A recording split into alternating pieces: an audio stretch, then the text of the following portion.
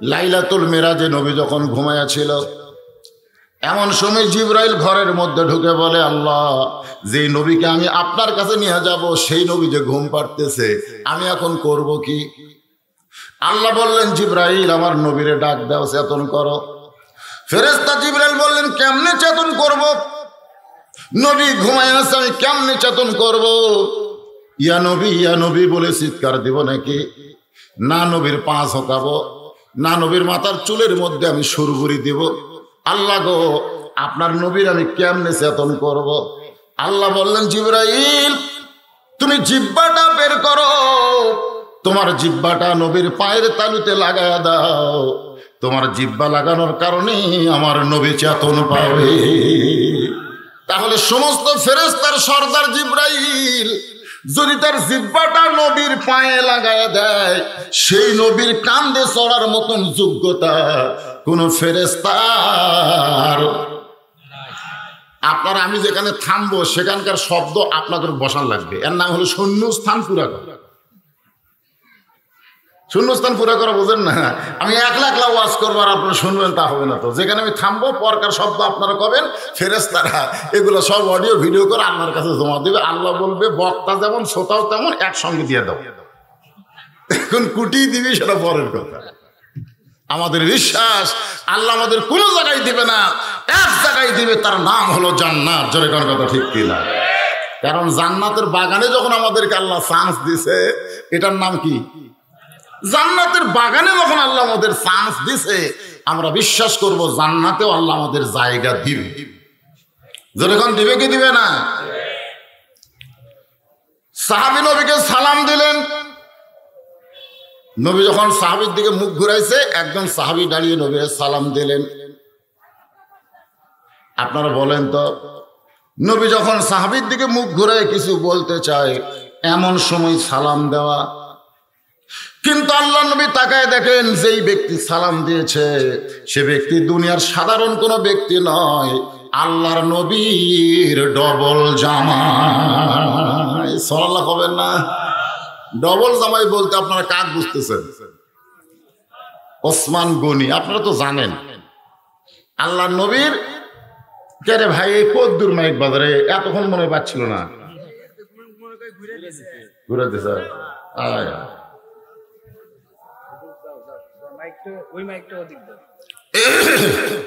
এই তুমি একটা ঘুরে দিক দাও, দুটো বাড়ি খাবে, মাছ খানতে দম খাবি। সুবহানাল্লাহ। ভাইজান,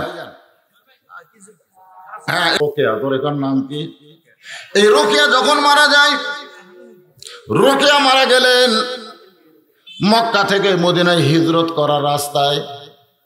আল্লাহ নবী যখন হিজরত করে মদিনায় গেলেন, যাওয়ার পর ওসমান গনির চেহারার দিকে তাকায় দেখে চোখ দিয়ে দর দর করে পানি পড়ে, নবীর সামনে দাঁড়াতে শরম করে।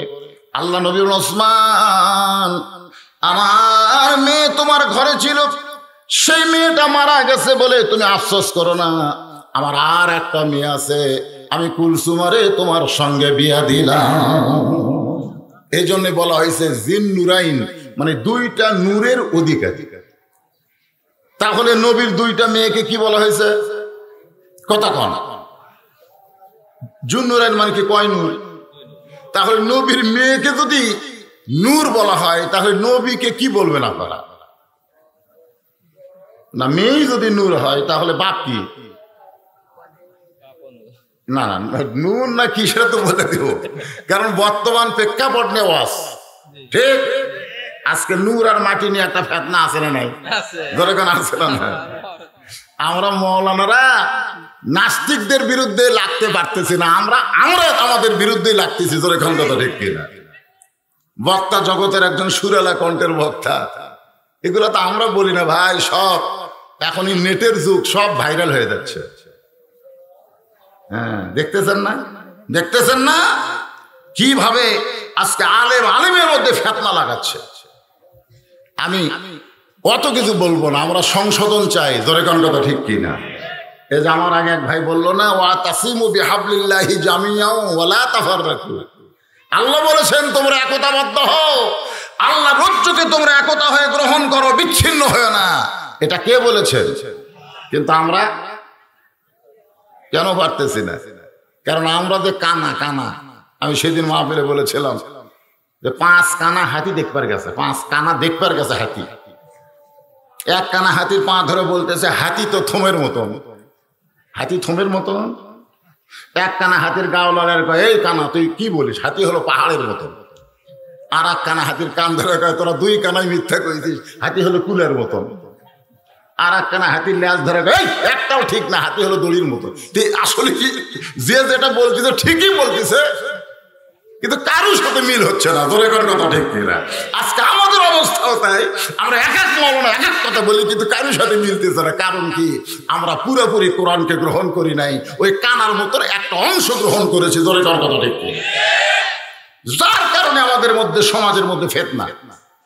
বর্তমান বিশ্বের প্রেক্ষাপটে সবচাইতে বড় ফিতনা হলো এই আলেমদের মধ্যে মতভেদ আর নাস্তিকদের ঐক্য। আজকে দেখেন, আমরা যদি বলি সুদ আর ইন্টারেস্ট একই জিনিস, আমি বলবো সুদ ইন্টারেস্ট ভিন্ন ভিন্ন, এরকম ভিন্ন। কেউ যদি বলে না না আমি তো সুদ খাই না, আমি ইন্টারেস্ট খাই।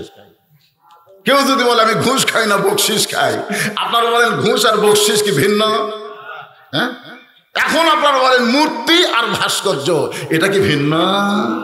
নাস্তিকেরা জানে মৌলবীরা মূর্তির বিরুদ্ধে লাগবে, এদের নাম দিয়েছে ভাস্কর্য। আর এই ভাস্কর্য বানাবে প্রত্যেক উপজেলায় উপজেলায়। সামান্য কয়জন নাস্তিক আলেমদের মতভেদ দেখে তারা ঐক্য হয়েছে, যে আলেমদের মধ্যে কোনো ঐক্যতা নাই, বরং আমরা ঐক্য হয়ে আল্লাহর ইসলামকে দুনিয়া থেকে নিফাত করতে চাই। ধরে কোন ঠিক কিনা? এটা কি এখন? শুধু এখন নয়, আজ থেকে 1200-1300 বছর পূর্বে সমস্ত মুসলমানকে কটাক্ষ করে নাস্তিকেরা মুসলমানদেরকে 5টা প্রশ্ন করেছিল। কোন কিতাবে লিখছে 6টা প্রশ্ন করছে, যে মুসলমানেরা তোমরা যে আল্লাহকে বিশ্বাস করো, তোমাদের আল্লাহ কোথায় আছে আল্লাহ দেখাতে হবে। তোমরা যে আল্লাহকে বিশ্বাস করো, তোমাদের আল্লাহ দেখতে কেমন সেইটা আমাদের বলতে হবে। তোমরা যে আল্লাহকে বিশ্বাস করো, তোমাদের আল্লাহ কোন দিক হয়ে বসে আছে সেটা আমাদেরকে বলতে হবে। তোমরা যে আল্লাহকে বিশ্বাস করো, সে আল্লাহ এখন কি করতেছে এটা আমাদের বলতে হবে। আল্লাহ ব্যাপারে তারা 4টা প্রশ্ন করছে। ধরে কোন কয়টা? 1 নম্বর প্রশ্ন নাস্তিকেরা মুসলমানদের প্রশ্ন করেছে যে আল্লাহ আল্লাহ জিকির করো, সে আল্লাহ কোন জায়গায় আছে আল্লাহ দেখান লাগবে। 2 নম্বর প্রশ্ন হলো তোমাদের আল্লাহ দেখতে কেমন। 3 নম্বর প্রশ্ন হলো তোমাদের আল্লাহ কোন দিক হয়ে বসে আছে। 4 নম্বর প্রশ্ন হলো তোমাদের আল্লাহ এখন কি করে।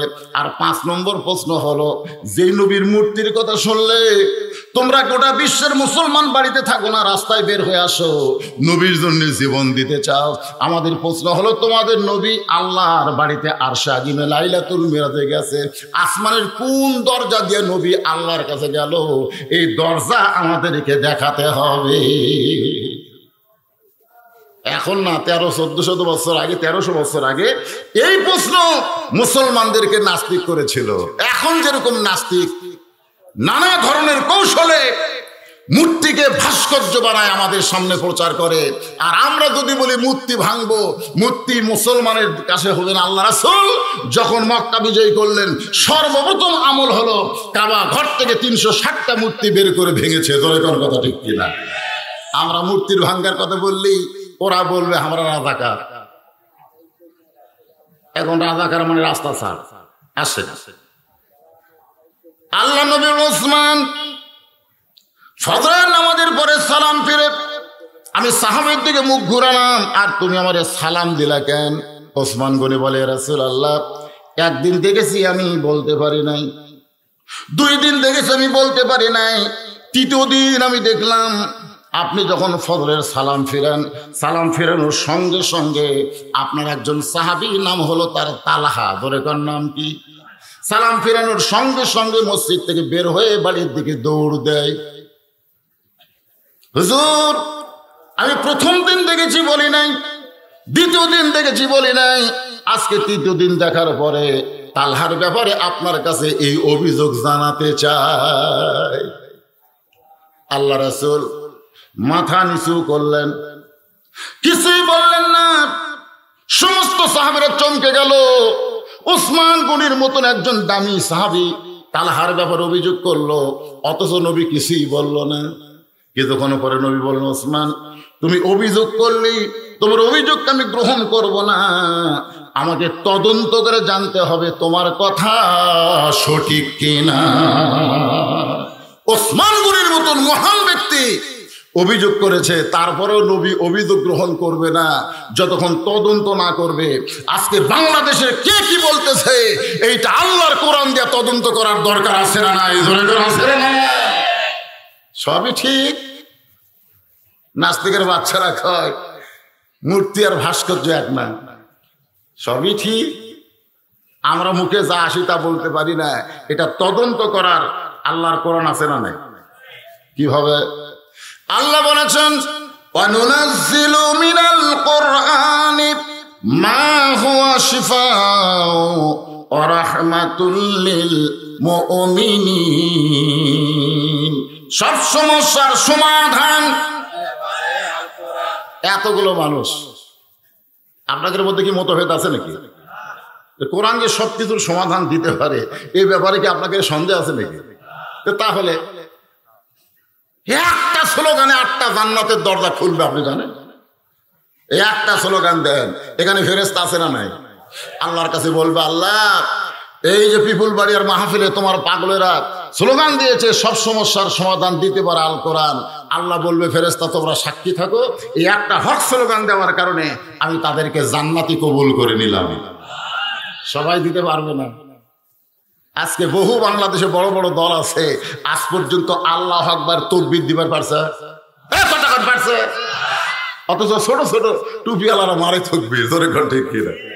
ওরা দাবি করে আমরা মুসলমান, তাহলে তোমাকে তাকবীর গেল কোথায়? পারবে না।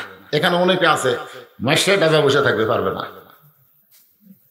দেখি কারা কারা পারে, কারা কারা পারে না।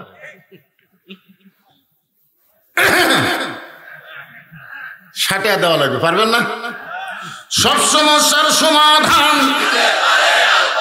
আল কোরআনের আলো, কোরআন হাদিস যেখানে দুনিয়ার মুসলমান। মাশাআল্লাহ। আল্লাহ নবী দাঁড়িয়ে গেলেন। নবী দাঁড়িয়ে গেলেন। নবী বলল, উসমান তুমি তালহা ব্যাপারে যে অভিযোগ করেছ, এই অভিযোগটা আমি তখনই গ্রহণ করব, আগে আমাকে তদন্ত করা লাগবে। যেরকম কি করা লাগবে? এখন বলেন, তদন্তের কথা ইসলামে আছে না নাই? সাহাবীর তদন্ত কে করবে? ওসমান গনি না আল্লাহর নবী? জোরে বলেন, কে করবে? আল্লাহর নবী তদন্ত করার জন্য মসজিদ থেকে বের হচ্ছেন।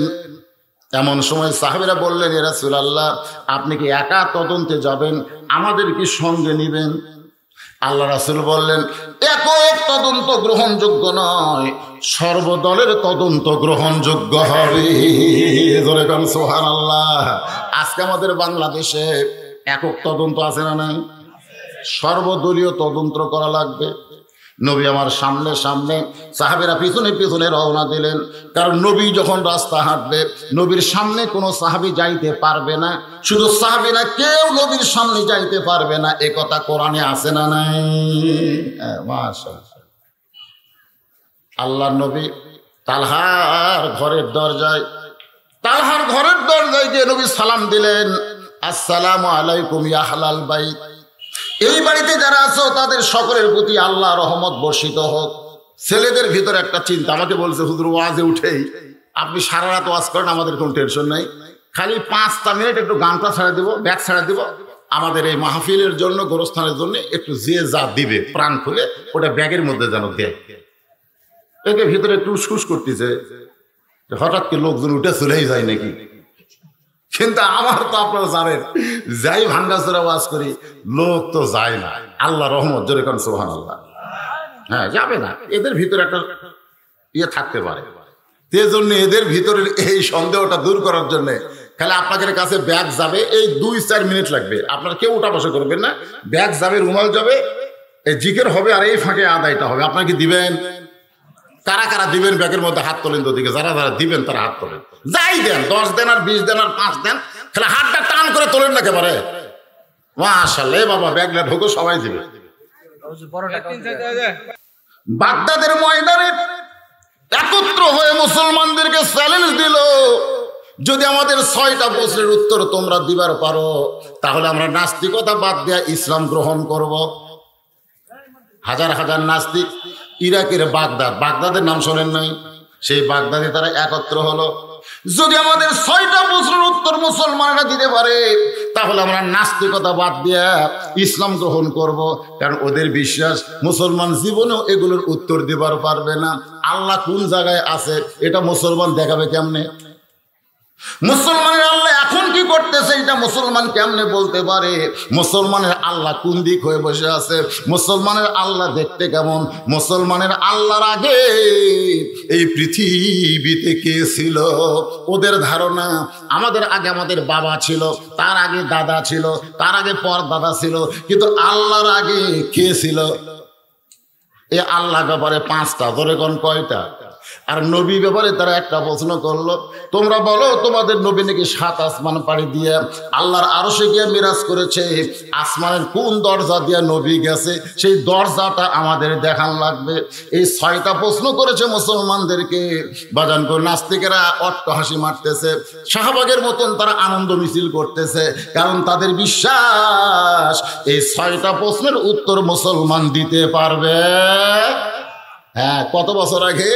1300 বছর আগে। তখনও মুসলমানদেরকে নাস্তিক ধরেছে, এখনো বাংলাদেশের মুসলমানকে নাস্তিক ধরতেছে। জোরে কোন কথা ঠিক কি না? হ্যাঁ, আপনারা কি মনে করেন ধরা বাদ আছে? চারিদিক দিয়ে মুসলমানদেরকে ধরা হচ্ছে। করোনা পর্যন্ত ধরতেছে, করোনা পর্যন্ত ধরতেছে। সভাপতি সাহেব আপনার মুখটা দেখি পারে,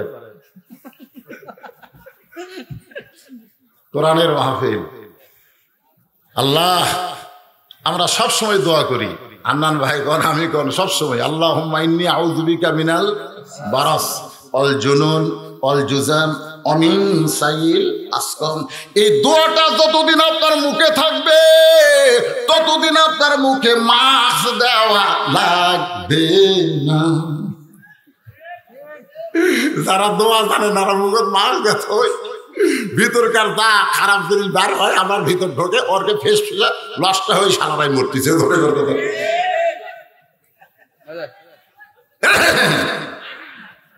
আদায় শেষ হলে আমার টানা আওয়াজ, বুঝতেছেন? কান্না শেষ এবার ব্যাগ আছে দেন, সবাই দিচ্ছেন, সবাই দিচ্ছেন, মাশাআল্লাহ, আলহামদুলিল্লাহ। আল্লাহর বান্দা, নাস্তিকদের প্রশ্নের সামনে মুসলমানেরা নাস্তে নাবুদ হয়ে গেছে। কারণ এই 6টা প্রশ্নের উত্তর মুসলমান কেমনি দিবে? বাদানগো নাস্তিকরা যখন আনন্দ মিছিল করতেছে, অনেক আলেমরাও পর্যন্ত সেখানে দেখবার গেছে, কিন্তু উত্তর দিবার পারতেছে না।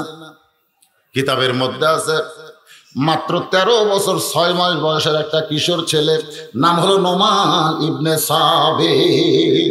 সুবহানাল্লাহ। 13 বছর 6 মাসের একটা কিশোর ছেলে, নাম হলো নোমান ইবনে সাবিত। অথচ উনি হচ্ছেন আমাদের ইমামে আজম আবু হানিফা। ধরে কোন সুবহানাল্লাহ। আবু হানিফা বলে সবাই চেনে, কিন্তু নোমান বললে কেউ চেনে না।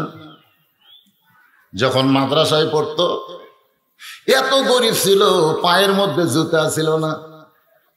মরুভূমির মাদ্রাসায় জুতা ছাড়া পড়ালেখা করা কত বড় কঠিন, যাওয়া আসা। ওস্তাদ একদিন বলে, নোমান রে, মাদ্রাসা পড়া শেষ হলে তুই আমার কামরায় যাবি।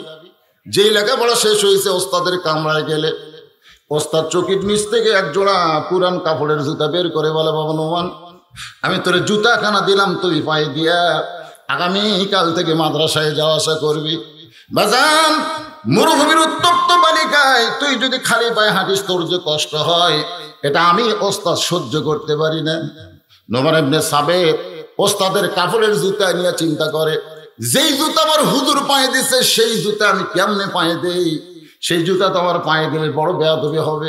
জুতা বগলের মধ্যে করে নিয়ে গেলেন বাড়িতে। জুতা পরিষ্কার করে সারা রাত ধরে ওই জুতার কাপড় দিয়ে নোমান মাথার টুপি বানাইছে। পরদিন মাদ্রাসায় আইছে, ওস্তাদ পায়ের দিকে তাকায় দেখে জুতা নেই। ওস্তাদের মনে হয়েছে পুরান জুতা বলে ঘৃণা করে ফাইলা দিছিস, পুরান জুতা বলে তুই পায়ে দেশ নাই। বলে নোমান রে, মাদ্রাসা ছুটি হলে তুই আমার কামরায় যাবি। গতকাল নরম ভাষায় বলেছিল, কিন্তু আজকে ভাষাটা একটু গরম। মাদ্রাসা ছুটি হলে নোমান যখন হুজুরের কামরায় যায়, হুজুর চোখের তল থেকে চামড়ার চাবুক বের করে নোমানকে মার শুরু করলেন। মারতে মারতে যখন চামড়া কেটে রক্ত বের হয়, ওস্তাদ বলে বেটারে, আমার হাতে টাকা নাই বলে তোকে নতুন জুতা দিতে পারি নাই, পুরাতন জুতা দিলাম, ঘৃণা করে ফাইলা দিছিস, পায়ে পরিস নাই। নোমান বলে হুজুর, আপনি আমার পায়ের দিকে তাকান, আমার মাথার দিকে কেন তাকাবেন না? তাকায় দেখেন আপনার জুতার কাপড় দিয়া আমি মাথার টুপি বানাইছি। ওস্তাদ বুকের মধ্যে নিয়ে বলে নোমান রে, রে নোমান, এত মার তোকে মারলাম, মারার সময় তুই কি বলতে পারিস নি হুজুর আমি আপনার জুতার কাপড় দিয়ে টুপি বানাইছি, তাহলে তোকে তো আমি মারতাম না। নোমান বলে হুজুর, আমি স্বপ্নে দেখেছি আল্লাহর কোরআন শিক্ষা করতে গিয়া যেই দেহের উপরে ওস্তাদ পিটুন দিবে, ওই দেহের জন্য জাহান্নামের আগুন হারাম হয়ে যাবে।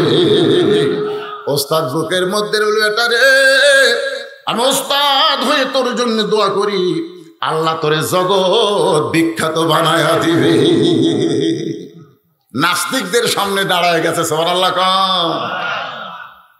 সমস্ত বড় বড় আলেম 6টা প্রশ্নের সামনে যখন কুপকাত 13 বছর 6 মাস বয়সের কিশোর ছেলে নাস্তিকদের সামনে, নাস্তিকদের মধ্যে একজন এরকম চেয়ারে বসে খালি মশান মারতেছে, থাকে না এরকম, থাকে না, চেয়ারে বসে পারবে না মুসলমান আমাদের 6টা প্রশ্নের উত্তর দিবার পারবে না। নোমান ইবনে সাবেত বলে আমি পারবো ইনশাআল্লাহ। আলেমদের মধ্যে কিছু আলেম নোমান ইবনে সাবেতের কাছে গিয়ে বলে বাজান, যে 6টা প্রশ্ন করেছে আমরা হিসাব করে তো পাই না, কেমনে উত্তর দিব, তুই কেমনে উত্তর দিবি ইনশাআল্লাহ বললি? নোমান ইবনে সাবেত বলতেছে আমার ঈমান বলতেছে আমি যদি না পারি আমার আল্লাহ আমাকে পারায়া দিবে। ওমাই ইয়াতাওয়াক্কাল আলাল্লাহি ফাহুয়া হাসবুহু, যখন কেউ আল্লাহর প্রতি তাওয়াক্কুল করে আবার আল্লাহ বলে আমি তখন তার জন্য যথেষ্ট হয়ে যাই। এই মুহূর্তে আমরা তাওয়াক্কুল করব, ভরসা করব কার উপর? তাহলে করোনা কথা কয় না, সরকার আমার বগুড়াতে সবাই মুখে মাখতে বেড়ায়। আমি জিজ্ঞাসা করলাম কেন ভাই, করোনার ভয়ে? কয় না হুজুর, জরিমানার ভয়ে। আমি কইলাম করোনা হুজুর, করোনা আমাকে ধরবি তাই, কিন্তু ওই 300 টাকা দেওয়া লাগবি এই ভয়ে দিয়ে বেড়ায়। হুজুর কি জরিমানার ভয়ে মাস্ক দেয়, করোনার ভয় না। 5 ওয়াক্ত নামাজ পড়েন, আল্লাহর প্রতি তাওয়াক্কুল করেন, সরকারের আইনও মানতে হবে, আপনার মুখে মাস্ক পরবেন যখন বাড়ি থেকে বের হবেন। রাজি আছেন? ইনশাআল্লাহ পরবেন। অন্য আপনার করোনার জন্য না, মুখে মাস্ক থাকলে বহু বহু জিনিস থেকে, মনে করেন আমার মুখ ঢাকে থাকলো, ধুলাবালি নাকের মধ্যে ঢুকলো না, একটা দুর্গন্ধ জিনিসও সহজ আপনার নাকে ঢুকবে না, দরকার ঠিক কিনা? আবার মেয়েদের জন্য মুখ ঢাকা তো আরো ভালো, মাস্কের কারণে তার পর্দাও হয়ে গেল, দরকার সুবহানাল্লাহ। আমার মায়েরা বোনেরা যারা পর্দার অন্তর আছেন একটু মনোযোগ দিয়ে শোনেন। নবী ডাক দিলেন তালহা, তালহা বলে লব্বাইক ইয়া রাসূলুল্লাহ। নবী কিছুক্ষণ দাঁড়িয়ে থাকলেন, তারপরে ডাক দিলেন তালহা। তালহা বলে লব্বাইক ইয়া রাসূলুল্লাহ। নবী আবার কিছুক্ষণ দেরি করে ডাক দিলেন তালহা। তালহা ঘরের ভিতর থেকে বলে লব্বাইক ইয়া রাসূলুল্লাহ। এখানে ডাক দেওয়ার নিয়মটা আপনারা কি শুনলেন? নবী কিন্তু ডাক দিবার পারতেন তালহা তালহা তালহা, কিন্তু নবী তালহা বলার পরে কিছুক্ষণ দেরি করলেন, আবার তালহা বললেন, আবার তালহা বললেন। তার মানে বোঝা গেল নবী যে ডাক দিলেন সেই ডাকের উত্তর আসে কিনা এ পর্যন্ত আপনার দেরি করা দরকার।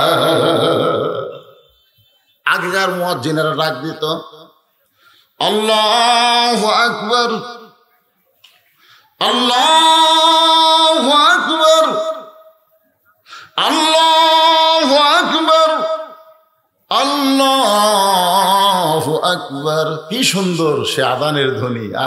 মর্মে মর্মে সেই সুর। প্রত্যেকটা গ্রাম থেকে মুয়াজ্জিন এভাবে আযান দিত। আর বর্তমানে যে কি কায়দা পাইছে, ডাকতেছে আল্লাহু আকবার। আযান দেয় না, আইডিয়া চিল্লাই, বোঝা কঠিন। জোরে কোন কথা ঠিক কিনা? আজান মানে আহ্বান, আজান মানে ডাকা, এবং আজানের জব দেওয়া ওয়াজিব। জোরে কোন কথা ঠিক কিনা?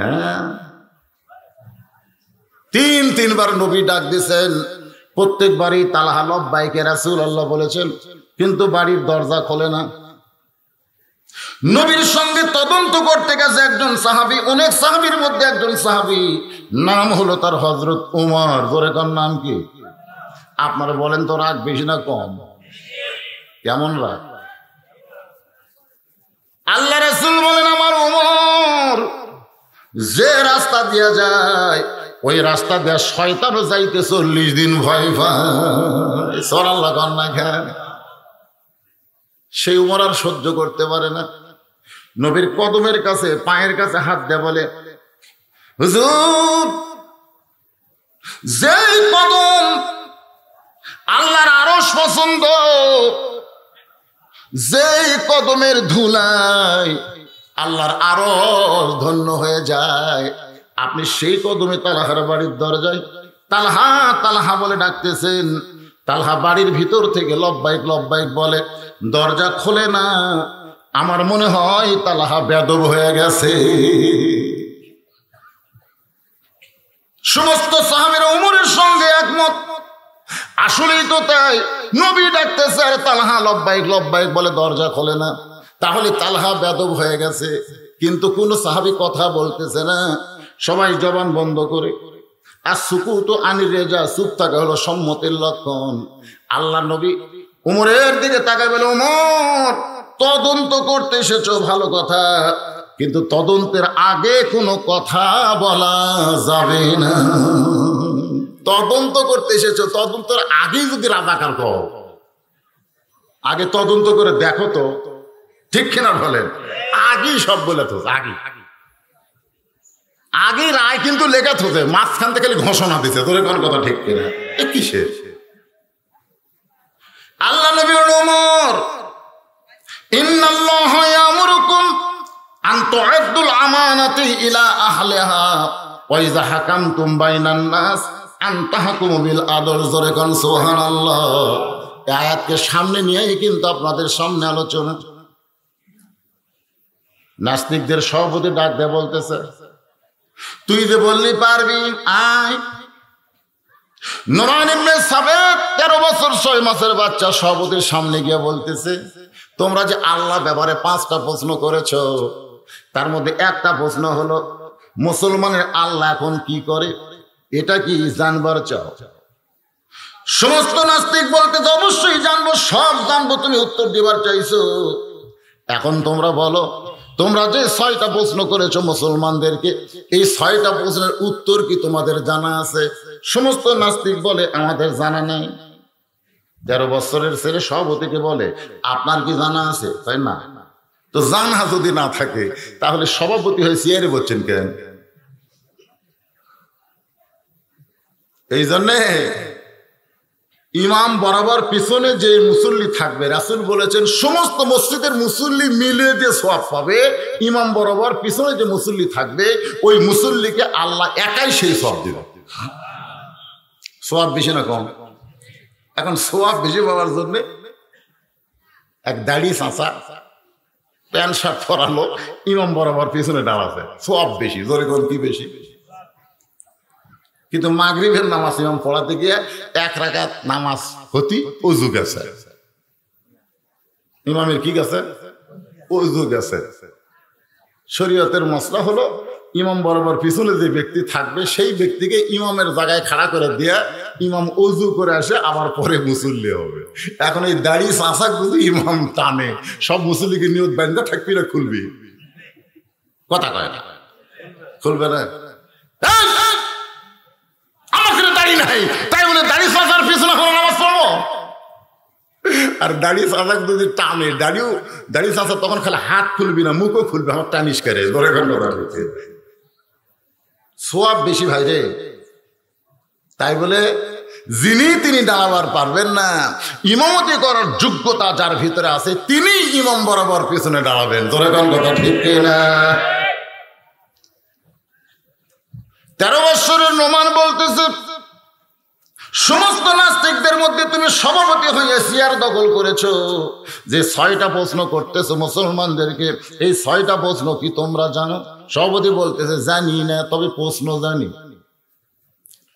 হিন্দুরাও জানে মান রব্বুকা ওমা দীনুকা ওমান নবিয়ুকা, এই 3টা প্রশ্নের উত্তর কে জানে না? আমি একটা হিন্দুকে বলেছিলাম এই 3টা প্রশ্ন কি তুমি জানো? খালি প্রশ্ন জানি না, উত্তর জানি। একটা হিন্দু কইলাম যদি কবরে তোমাকে বলে মান রব্বুকা, তোমার রবকে, তখন বলতেছে রব হলো আমাদের আল্লাহ। আমি কইলাম যদি প্রশ্ন করে ওমা দীনুকা, তখন হিন্দুর চোখ দিয়ে পানি বের হয়ে যায়। আমি কইলাম কান্দিস কেন? বলে আর বলতে পারবো না, কারণ আল্লাহ সমস্ত ধর্মের মানুষের জন্যে, কিন্তু দিন সবার জন্যে না, কেবলমাত্র মুসলমানের জন্যে। ধরে বলেন কথা ঠিক কিনা? ওমান নবিয়ুকা প্রশ্ন যদি করা হয়, পৃথিবীর কোন জাতের লোকেরা উত্তর দিবার পারবে না, কারণ নবী সকলের জন্য না। নবী কেবলমাত্র ফ্রান্সের ম্যাক্রো যখন নবীর বিরুদ্ধে কটাক্ষ করলো, ওইটা সমর্থন করলে যারা বাড়ি ঘর ছেড়ে রাস্তায় বের হইয়া নবীর জন্য জীবন দিবার চায়, কেবলমাত্র বাছাই করেছে আল্লাহ, তারাই নবীর উম্মত। জোরে কোন কথা ঠিক কিনা? আল্লাযী খালাকাল মাউতা ওয়াল হায়াতা লিয়াবলুয়াকুম আইয়ুকুম আহসানু আমালান ওয়া হুয়াল আজিজুল গফুর।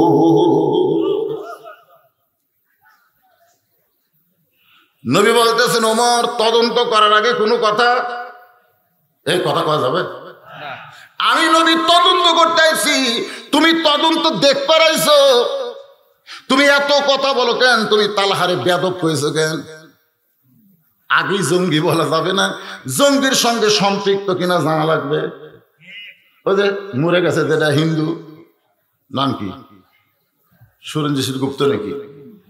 মসজিদ মাদ্রাসা বন্ধ করে দিলে জঙ্গি বন্ধ হবে না? ওই তাই বলছিল, জঙ্গি যদি বন্ধ করার মসজিদ মাদ্রাসা বন্ধ করে দিলি, মাদ্রাসা মসজিদের মধ্যে জঙ্গি তৈরি হয়।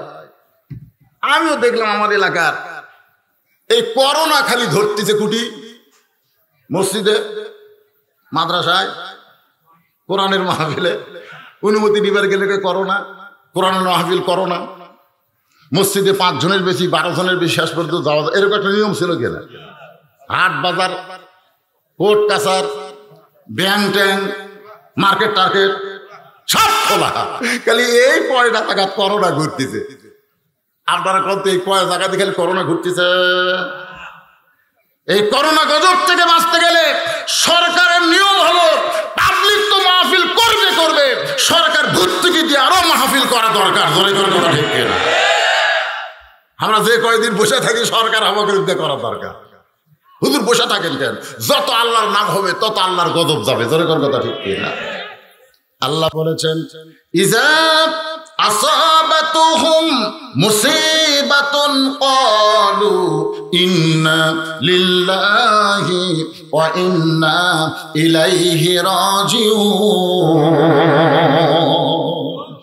বিপদ আপদ মুসিবত যখন তোমাদের আসবে, ক্বালু তখন তোমরা বলবে ইন্না লিল্লাহি ওয়া ইন্না ইলাইহি রাজিউন। কিছুক্ষণ পরে হযরত ওমর চিন্তায় পড়ে গেল, যদি আমি থাকি এখানে আবার হয়তো আমার মুখ ফসকে একটা কথা বের হবে, আল্লাহর নবী আমার উপর রাগ করবে, নবী যদি রাগ করে আমার ইমানের 12টা বেজে যাবে। হযরত ওমর আর থাকতে পারলেন না, ওই তালহার দরজা থেকে নবীর কাছ থেকে একটু সরে গেলেন।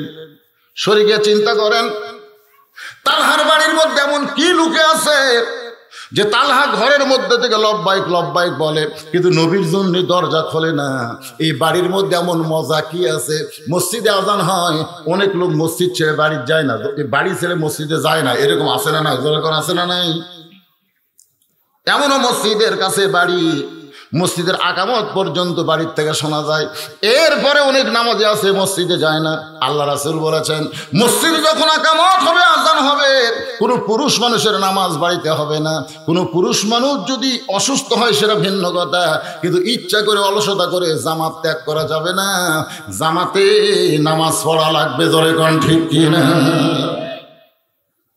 কি এমন আছে বাড়িতে দেখি তো। এই দেখার জন্য হযরত ওমর তালহার বাড়ির চারিধার ঘুরতে গিয়া হঠাৎ প্রাচীরের ফাটল দিয়ে দেখতে পায় তালহা একটা ছোট বাচ্চাকে রশি দিয়ে খুঁটির মধ্যে বেঁধে রাখছে। ওই বাচ্চাটা বাবা বাবা বলে কাঁদতেছে। হঠাৎ প্রাচীরের ফাটল দিয়ে হযরত ওমর দেখতে পায় তালহা খুঁটির সঙ্গে গরু ছাগল যেমন বাঁধে সেইভাবে তার সন্তানকে বেঁধে রাখছে, আর সন্তান খালি বাবা বাবা বলে কাঁদতেছে। ওমর ফারুক চিন্তা করে, এইটা কেমন বাবা, এইটা কেমন বাবা তার সন্তানকে বেঁধে রাখছে, এটা কেমন বাবা। এই দৃশ্য দেখার পরে আর হযরত ওমর ধৈর্য ধরতে পারে না, নবীর কাছে এসে এই তালহার সন্তানকে রশি দিয়ে বেঁধে রাখছে এইটা বলতে চায়। এমন সময় তালহা দরজা খুলে নবীর সামনে দাঁড়ায়। আল্লাহ নবী বললেন, তালহা, তোমার বিরুদ্ধে আমার ওসমান অভিযোগ করছে। ফজরের সালাম ফিরানোর সঙ্গে সঙ্গেই তুমি বাড়ির দিকে দৌড় দাও।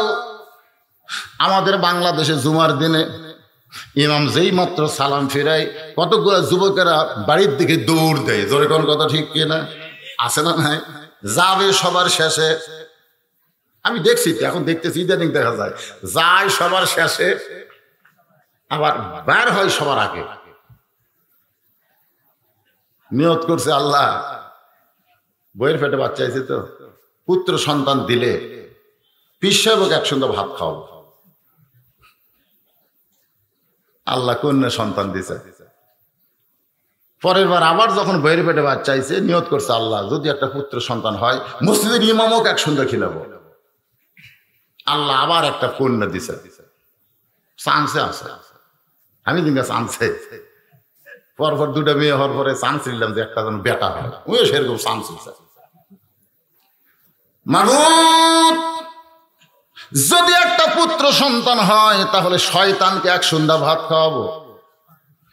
কারণ জানে পীরকে খাওয়াবার চা হয় নাই, ইমামকে খাওয়াবার চা হয় নাই। এবার রাগ করে কইছে, হবেই না তো, শয়তানকে এক সন্ধ্যা ভাত খাওয়াবো। সেইবারে আল্লাহ একটা পুত্র সন্তান দিছে। কি দিছে? দিয়ে আল্লাহ বোঝে মন কায়দা নিতে কতক্ষণ। মায়ের কোলে সন্তান একটু গা গরম হলে স্বামীর কাছে যায়, যা বলে স্বামী ও মান্যত পুরা করো, মান্যত পুরা করো। স্বামী বলে কিসের মান্যত? বলে নিয়ত করেছিলেন পুত্র সন্তান হলে শয়তানকে ভাত খাওয়াবো। দেখেন ছেলের গা গরম হয়ে গেছে। যদি শয়তানকে দাওয়াত না দেন আমি কিন্তু দুপুর বেলার ভাত পাক করব না। প্রধানমন্ত্রী যদি খেপে যায় তাহলে প্রেসিডেন্টের খবর কি? বাজান, স্বামী এখন রাস্তায় মন ভেজার করে ঘুরে। একজন বলে, ভাইদার মন ভেজার কেন? বলে পুত্র সন্তান হয়েছে। তো পুত্র সন্তান মন খুশি হওয়ার কথা, বেজার কেন? বললে এটা হলো শয়তানকে এক সন্ধ্যা ভাত খাওয়াবার চাইছি, এখন শয়তানকে কোথায় পাই? বলে শয়তান যদি পাবার চান তাহলে আমার বাবার দরবারে যান। বাংলাদেশে বাবার দরবার আছে না নাই? ধরে কেন আছে না নাই? এই বাবার দরবার যদি নিবার চান, বাংলাদেশের তাহিরি নামে একটা বক্তা আছে, ওর বাবার কোনো হিসাব নেই। বেশি বাবা হওয়া লক্ষণ ভালো, খালি একদিন যদি কয় আমার বাপ দুটে, সবাই বলবে তোর জন্মে সমস্যা আছে। আমার দয়াল বাবার দরবারেতে কেউ ফিরে না খালি হাতে। দয়াল বাবার দরবারে কেউ ফিরে না খালি হাতে, আমার বাবার কাছে যা। বলে বাবার কাছে গিয়ে কি হবে?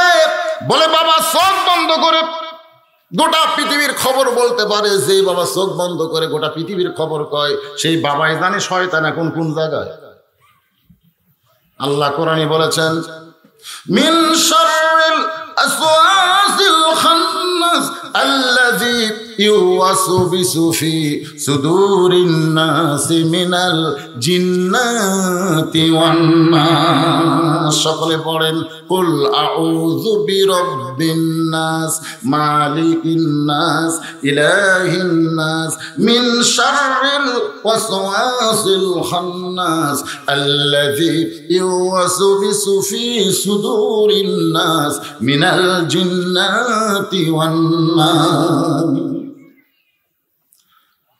বাবা বাবা চোখ খুলে কয় কি রে তুই কে? কয় আমার বেটা সওয়াল হয়েছে। খবর কি? বলে শয়তান। বাবার হাতে একটা লাঠি ছিল, মারছে বাড়ি। আমার কাছে সবাই আল্লাহ পাওয়ার জন্য আসে, তুই শয়তান খুঁজবার আইছিস কেন? লাঠির বাড়ি খেয়ে মন খারাপ, রাস্তায় ঘুরতেছে। জুমার দিন, জোরে কোন কি দিন? আগামীকাল কি বার? এই জুমার সামনে আসতেছে বলে ওয়াজটা করতেছি, যেন এখন থেকে এই আমলটা না থাকে। এটা কিন্তু নেক আমল নয়, শেষে আসা আগে যাওয়া, এইটা হলো শয়তানি আমল। আল্লাহ বলেছেন ফাওয়াইলুল লিল মুসাল্লিন আল্লাযীনা হুম আন সালাতিহিম সাহুন। সব জায়গায় সময় দেবার পারো, মসজিদে পারো না, এরকম লোক আছে না নাই? দরকার আছে না নাই? ইমাম বলতে তো মন ভার কেন? বলে বাবার কাছে গেছিলাম শয়তানের খোঁজে। ইমাম সুমকটা বলে শয়তানের খোঁজ করো কেন? বলে বেটা সওয়াল হয়েছে, শয়তানকে এক সুন্দর ভাত খাওয়াবার চাইছি, এখন শয়তান কোন জায়গায় পায়? ইমাম মুস্কি মুস্কি হাসে। শয়তানকে যদি পাওয়ার চাও তাহলে লাগাতার 3 জুম্মা মসজিদে যাবে সবার আগে। তুমি শুধু খেয়াল করে দেখবে কোন ব্যক্তি সবার শেষে মসজিদে আসে আর সবার আগে মসজিদ থেকে বের হয়ে যায়। একই ব্যক্তি যদি লাগাতার 3 জুম্মাই আমল করে, তাকে 1 সন্ধ্যা খাওয়ায় দিলে তোমার মান্যত পুরা হবে। লাগাতার কয় জুম্মা? একটু খেয়াল করে শোনেন, কয় জুম্মা? 3 জুম্মা। প্রথম জুম্মাই দেখে সবার শেষে আছে ওর চাচা। মনে মনে চিন্তা করে চাচা সবার শেষে আছে, চাচা যেন সবার আগে না যায়। কিন্তু সবার আগে চাচা বের হয়ে গেল। দ্বিতীয় জুম্মায় দেখে চাচাই সবার শেষে, চাচাই সবার আগে। এখন ফাইনাল জুম্মা, ধরে কোন কি জুম্মা? ওই ফাইনাল জুম্মায় দেখে ওই চাচাই সবার শেষে আইছে। আল্লাহর কাছে বলতেছে আল্লাহ দরকার হলে আরো 3 জুম্মা ওয়েট করব, কিন্তু চাচা যেন আজকে প্রথম বের না হয়। কিন্তু চাচাই সবার আগে যখন বের হয়ে হন হন করে চলে গেল, ও তখন একদিক দিয়ে খুশির, একদিক দিয়ে বেজার হলো। খুশি হওয়ার কারণ হলো শয়তান পাওয়া গেছে, মান্যত পুরা হবে। আর বেজার হওয়ার কারণ হলো আমার চাচাই যে শয়তান হয়েছে। চাচার বাড়িতে গিয়া, চাচা কি হয়েছে বাজান? বলে আগামী সোমবার আমার বাড়িতে আপনার দাওয়াত। চাচা চোখের পানি বের করে কাঁদতেছে, মুস্কি মুস্কি হাসে আর চোখ দিয়ে দর দর করে পানি পড়ে। কি জন্য দাওয়াত রে বাজান? বলে দাওয়াত কি জন্য আগে বলবো না, আগামী সোমবার আমার বাড়িতে দাওয়াত। চাচা বলতেছে বর্তমান পরিবেশ আমি বলতেছি, বর্তমান পরিবেশে বেটায় বাপরে দাওয়াত দেয় না। বর্তমান পরিবেশে বেটায় বাপরে দাওয়াত দেয় না, আর তুই ভাসতে হয়ে চাচাক দাওয়াত দিলি। এই পরিবেশে অনেক বাবা বৃদ্ধাশ্রমে আছে না নাই? কথা কন না কেন?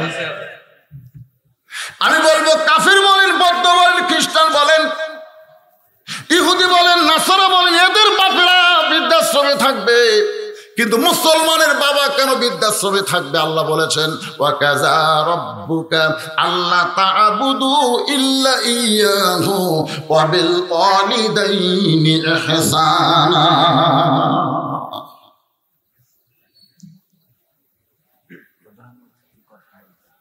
উনি আইছেন? আচ্ছা বাবা, আজকের মাহফিলের প্রধান অতিথি সাহেব, উনি আপনাদের একটু শুভেচ্ছা বিনিময় করবেন।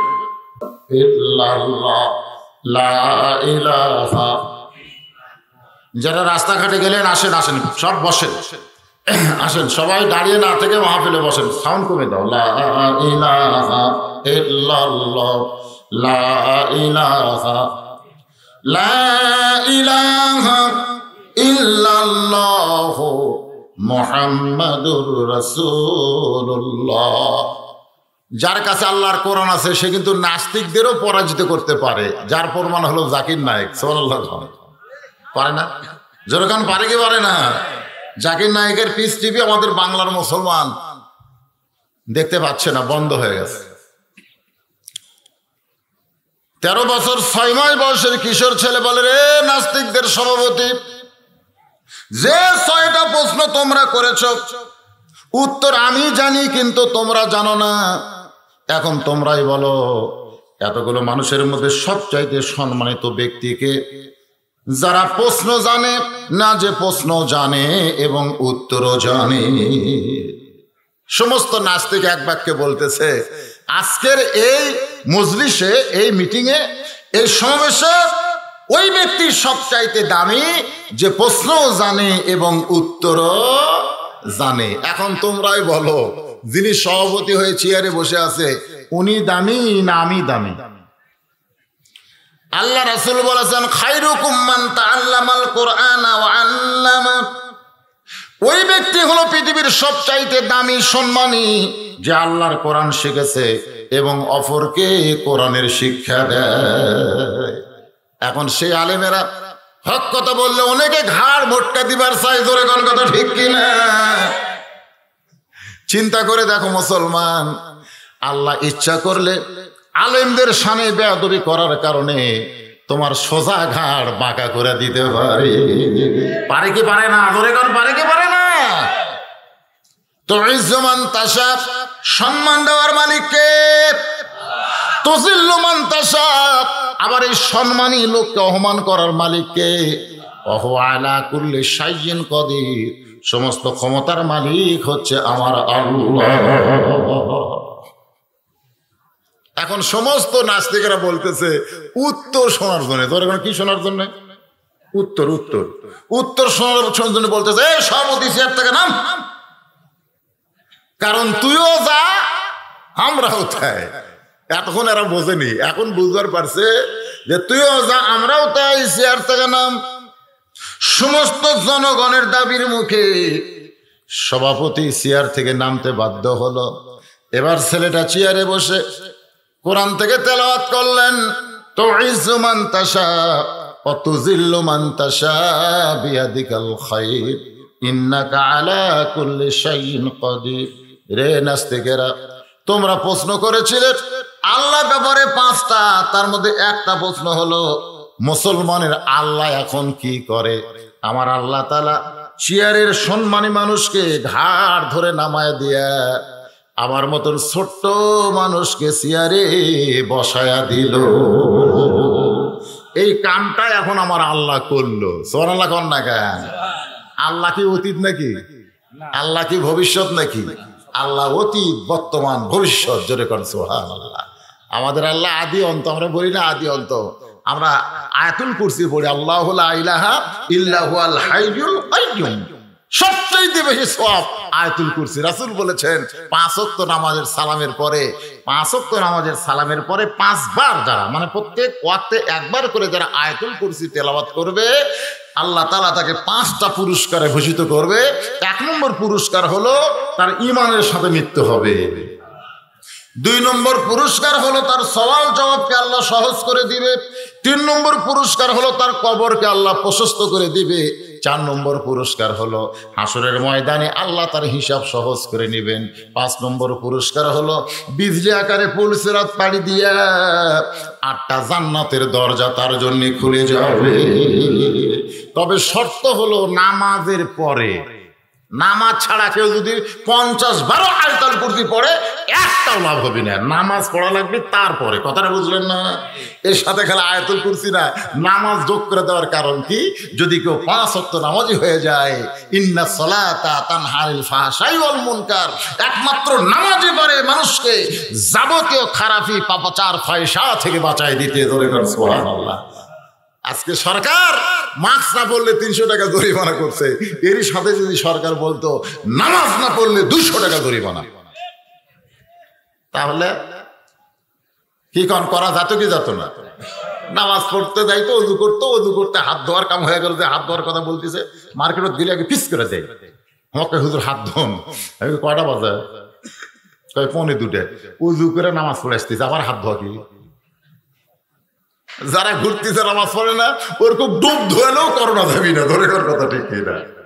আহা, আল্লাহর বান্দারা একটু মনোযোগ দিয়ে শোনেন। যে বলতেছে মুসলমানের আল্লাহ, এখন সম্মানী সভাপতিকে চেয়ার থেকে নামায় দিয়া এ কেউ চিনত না, এই ছেলেকে আমার আল্লাহ চেয়ারে বসায় দিল। সমস্ত খ্রিস্টানরা চমকে গেছে, আসলেই উত্তর হয়ে গেছে। রে নাস্তিকেরা, তোমরা প্রশ্ন করেছো মুসলমানের আল্লাহ কোথায় আছে, আল্লাহ দেখবার চাও? তোমরা প্রশ্ন করেছো আল্লাহ ব্যবহারে 5টা, তার মধ্যে একটা প্রশ্ন হলো মুসলমানের আল্লাহ কোথায় আছে, আল্লাহ দেখবে। সঙ্গে সঙ্গে একজন নাস্তিক বলে হ্যাঁ দেখতে চাই। 13 বছরের বাচ্চা বলতেছে আমরা মুসলমানে আমরা আল্লাহ দেখবার পারি না, দরকার ঠিক কিনা? তবে রাসূল একটা লোভ দিছে। বুখারী শরীফের কিতাবুল ইহসান, আনতাবুদুল্লাহা কাআন্নাকা তারাহু ফাইন লাম তাকুন তারাহু ফাইন্নাহু ইয়ারাক। একটা লোভ আছে, যখন তুমি ইবাদতের মধ্যে শামিল হবে ইবাদতের মালিক আল্লাহকে দেখতে পাবে। যদি দেখা সম্ভব না হয় তোমার কলিজায় এমন একটা প্রেম জাগবে যে আমি আল্লাহরে না দেখলেও আল্লাহ আমাকে দেখতেছে। সুবহানাল্লাহ। তাহলে আল্লাহ আমাদেরকে নামাজে গেলে দেখে, এই বিশ্বাস আমাদের আছে না নাই? এই যে নামাজ যারা পড়তে যান তারা সাথে নামাজ পড়লে হবে না, তাদের পোশাকের দিকেও খেয়াল করা লাগবে। লেবাস ও তাকওয়া এই নামাজের মাধ্যমেই বান্দার অর্জিত হয়। বাংলাদেশের গণস্বাস্থ্য প্রকল্পের একজন ডাক্তার বলেছিল আমার এখানে চাকরি করতে গেলে টাকনুর উপরে পোশাক পরা লাগবে আর মেয়েদেরকে হেজাব পরা লাগবে। খালি এই একটা কথা বলার কারণে নাস্তিক মানিক বিচারকের কারণে তাকে ওএসডি করা হয়েছে। এমন আফসোসের কথা আমাদের বাংলাদেশে। টাকনুর উপর কাপড় পরা, এটা কি ওই গণশাস্ত্রের রহিম সাহেবের কথা, আব্দুর রহিমের কথা? এ কথা কার? এ কথা হলো ইসলামের। জোরে কোন কথা ঠিক কিনা? হেজাব করা, মেয়েদের পর্দা করা, এটা কি আব্দুর রহিমের কথা? এ কথা হলো আমার আল্লাহর। জোরে বলেন কার? অথচ তাকে ওএসডি করে দেওয়া হলো। আমাদের বাংলাদেশের কোন লোক খালি ফেসবুকে 2-4 দিন একটু কথা আর কিছু ভাই রে, নাস্তিকদের দৌরাত্ম কি বেড়ে গেছে। একজন বিচারক মানিক সাহেব বলল ওই রাজাকার, ওই হেফাজত, ওই তালেবান আমার পোশাক আমি ইচ্ছা মতো পরবো। তুমি যদি মুসলমান হও তোমার ইচ্ছা মতো পোশাক পরা যাবে না, আল্লাহর ইচ্ছা মতো পড়া লাগবে। জোরে কথা ঠিক কিনা? আপনারা বাবা আপনার ছেলের দিকে তাকাবেন তো, খুলবেন কোন জায়গা? টাকনুর তলে গেলে খালি ছেলের দোষ হবে না, বাপেরও দোষ আছে।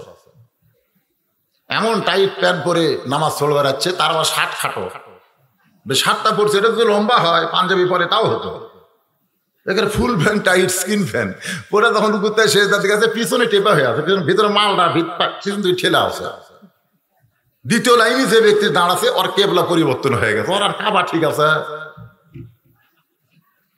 এই জন্য ঢিলা ঢালা পোশাক, আর আপনার পিছন সাইড যেন আপনার যে পরনে পোশাক আছে ওইটা দিয়ে দেন ঢাকিয়া যায়।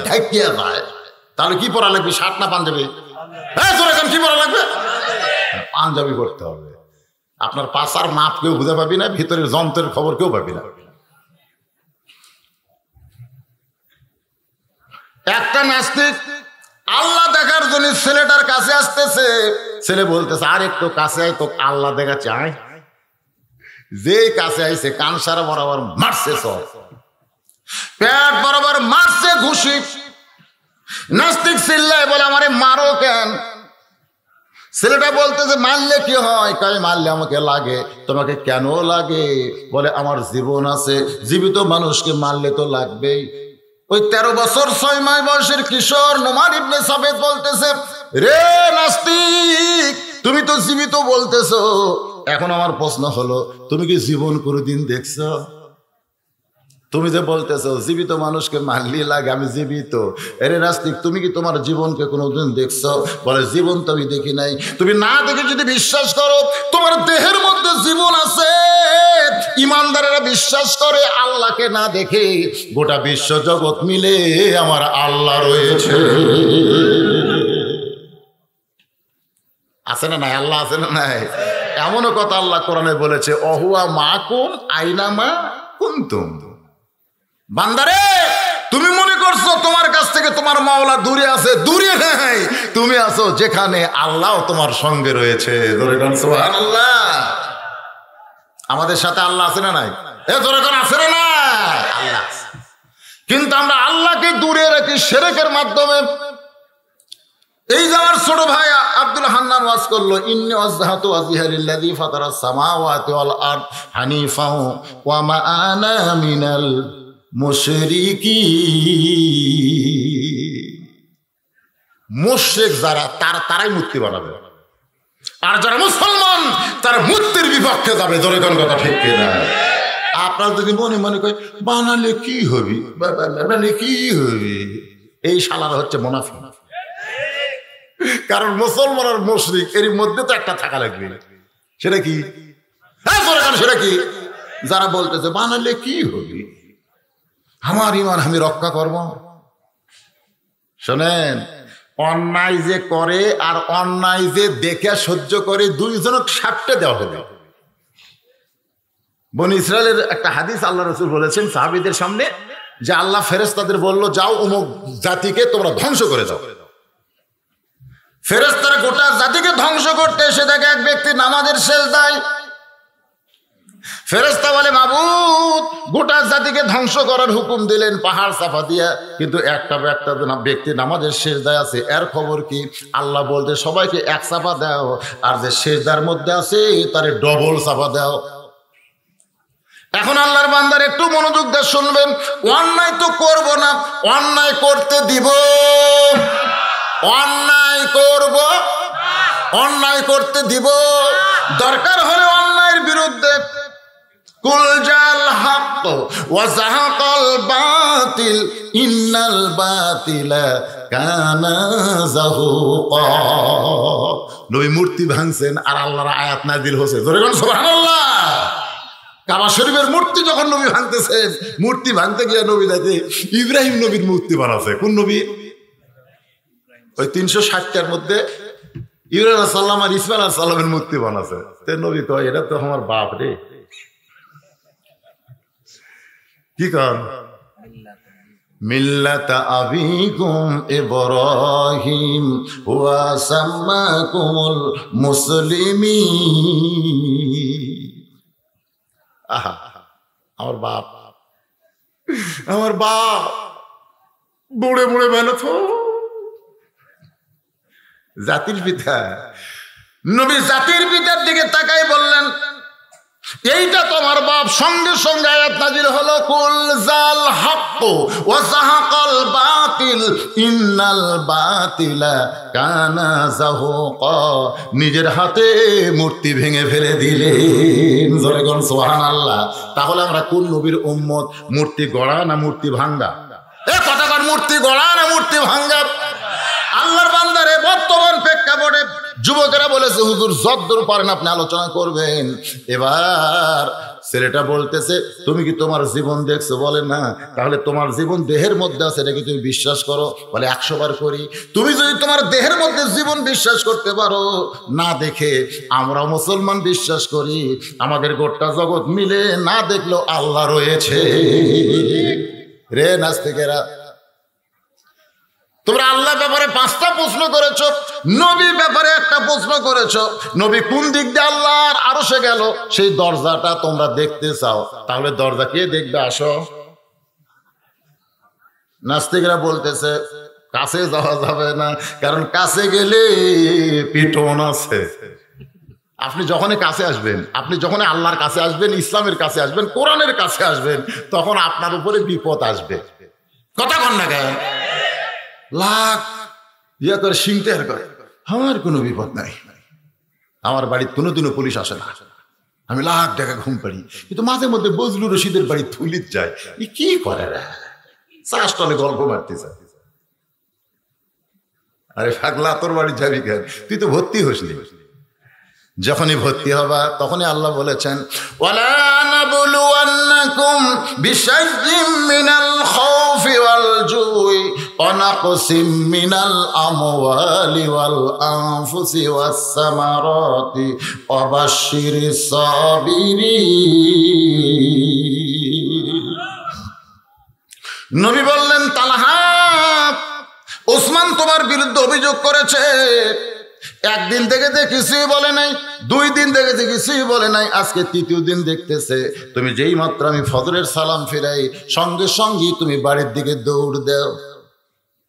নবী বলেন, তালহা রে, তোমার বিরুদ্ধে আমার অভিযোগ হলো, ওসমান তো অভিযোগ করছে ওইটা, আমার অভিযোগ হলো তোমাকে সালাম দেওয়ার পরে তালহা বলে ডাক দিলাম, তুমি লব্বাইকে রাসূলুল্লাহ বললে, আবার ডাক দিলাম লব্বাইকে রাসূলুল্লাহ বললে, আবার ডাক দিলাম লব্বাইকে রাসূলুল্লাহ বললে, আমি নবী ডাক দিলাম সঙ্গে সঙ্গে দরজা না খুলে এই দেরি করে কেন দরজা খুললে? এমন সময় ওমর ফারুক বলে, ইয়া রাসূলুল্লাহ, এই তালহার ব্যাপারে আমার একটা অভিযোগ আছে। অভিযোগ বাড়তিছে না কমতেছে? এখন বাড়তিছে না কমতেছে? রাসূল চমকে গিয়ে বলে, ওমর, তোমার আবার কি অভিযোগ? ওমর ফারুক বলে, হুজুর, আমি আপনার সঙ্গে বেয়াদবি করে আপনার কাছে থাকতে ভয় পাই বলে তালহার বাড়ির চারিধার ঘুরতেছিলাম, হঠাৎ দেখি বাড়ির প্রাচীরের ফাটল দিয়ে ভিতরে একটা খুঁটির সঙ্গে মাসুম একটা ছোট বাচ্চাকে তালহা গরু ছাগলের মতন বেঁধে রাখছে। ওই বাচ্চাটা শুধু বাবা বাবা বলে কাঁদতেছে। সঙ্গে সঙ্গে নবী আমার বসে বললেন, এতক্ষণ কিন্তু নবী দাঁড়িয়েছিলেন, এবার নবী বসে পড়ে মাটির উপরে হাত দিয়ে বলেন, তালহা, তোমার মুখটা ধুলাই মুসিত হোক, তোমার মুখটাতে মাটি পড়ুক। ও তালহা, উমর ফারুক যে অভিযোগ করেছে এটা কি সত্য?